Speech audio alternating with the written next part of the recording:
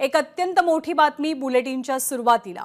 निवडणुकांपूर्वी लोकसभा निवडणुकांच्या आधी मोदी सरकारचा एक मास्टर स्ट्रोक पाहायला मिळणार आहे। लोकसभा निवडणुकांच्या आधी सीएए हा कायदा लागू होण्याची दाट शक्यता आहे। लवकरच गृह मंत्रालय नागरिकत्व कायद्याची नियमावली प्रसिद्ध करेल अशी माहिती मिळते।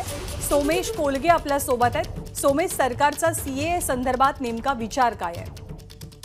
नक्कीच गेले काही दिवस आपण पाहिले की सीए संदर्भात अचानक केंद्रीय गृहमंत्री अमित शाह यांनी 2-3दा अशी ठोस स्टेटमेंट केली होती की आम्ही सीए लागू करणार आहोतच आणि त्याची जी नियमावली बनवणं बाकी होतं, तर ती नियमावली बनवून ऑफिशियली त्याचं गॅजेट नोटिफिकेशन काढून केंद्र सरकारने एक जी प्रक्रिया करणं बाकी आहे ती बाकी होतं। सीए हा कायदा जरी तयार करण्यात आला असला तरी सुद्धा सीएच्या माध्यमातून नव्या म्हणजे जे इतर भारताच्या सीमावर्ती देशांमधून आलेले हिंदू, बौद्ध आणि जैन या धर्माचे लोक आहेत किंवा जे पीडित म्हणून आलेत, शरणागत म्हणून आलेत, त्यांना आपल्या देशाची नागरिकत्व देण्याबाबतची तरतूद करणारा तो कायदा होता।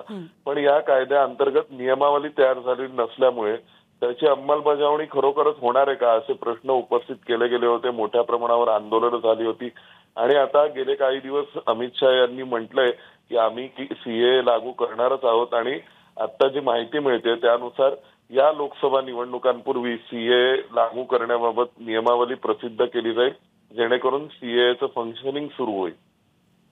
धन्यवाद सोमेश या सगळ्या माहितीबद्दल। एबीपी माझा, उघडा डोळे बघा नीट।